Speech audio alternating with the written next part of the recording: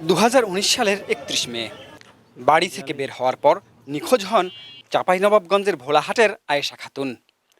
অনেক খোঁজাখুঁজির পর তাকে না পেয়ে প্রথমে অপহরণ, পরে হত্যা মামলা দায়ের করেন তার মা আদুরি বেগম।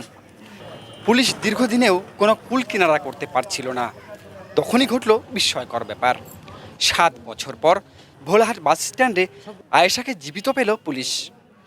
গতকালকে সন্ধ্যায় ভোলাহাট বিআরটিসি কাউন্টারের সামনে থেকে তাকে জীবিত উদ্ধার করা হয়েছে এবং তাকে আদালতে প্রেরণ করা হয়েছে। তার বক্তব্য শুনে পরবর্তী ব্যবস্থা গ্রহণ করা এবং এর ব্যাপারে কেউ জড়িত আছে কিনা এটা আমরা তার স্টেটমেন্ট নিয়ে আমরা পরবর্তী ব্যবস্থা নেব।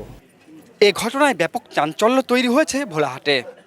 8-9 বছর হলো হঠাৎ করে আইসাকে আর পাওয়া যাচ্ছে না, পাওয়া যাচ্ছে না ঢুরা মেলায় কিছু করে চলছে, এখনও ঢুরা পায়নি। হঠাৎ করে আবার শুনলাম গতকালকে কি চাপায় ওনাকে পাওয়া গেছে। কেমন করে কব, এখন ফের কাল বেলে আছে শুনেছি, তো কোনটা যে এখন পর্যন্ত বাড়ি আছে ওঠেনি। মি তো এটা আসেনি, তো এটা শুনতে পাইনি কখনো। মাঝে মধ্যে সিআইডি আসে আর তদন্ত করে যায়।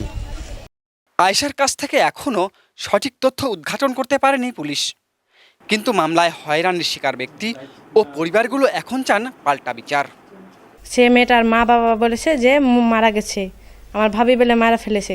সে মেয়েটা এখন ফেরত এসেছে কালকে 11টার দিকে মোবাইল করে বললো মেম্বার যে মেয়েটা ওকে পাওয়া গেছে।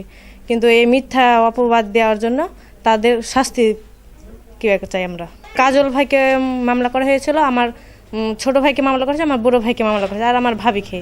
ডেড বডির সাথে তুই জড়িত আছিস, তোর এমন হয়তো ফাঁসিও হতে পারে, তোর মৃত্যুদণ্ডও হতে পারে।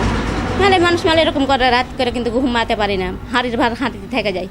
3-4 জন লোক বাড়িতে কীভাবে যে রাত দিন কাটাতাম সেটা আল্লাহ পাক জানে। এভাবেই কিন্তু আমার উপর অত্যাচার হতো।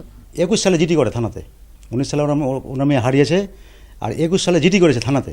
এই যে হত্যা মামলায় ধরেন যে দিল, ওই আমার উপরে দিয়েছে, হত্যা মামলা দিয়েছে, আবার যে মেয়েটা জীবিত পেয়েছে, কথাটা বুঝেন। এখন এ বিষয়ে তো মামলাটা তো পুরোটা মিথ্যা।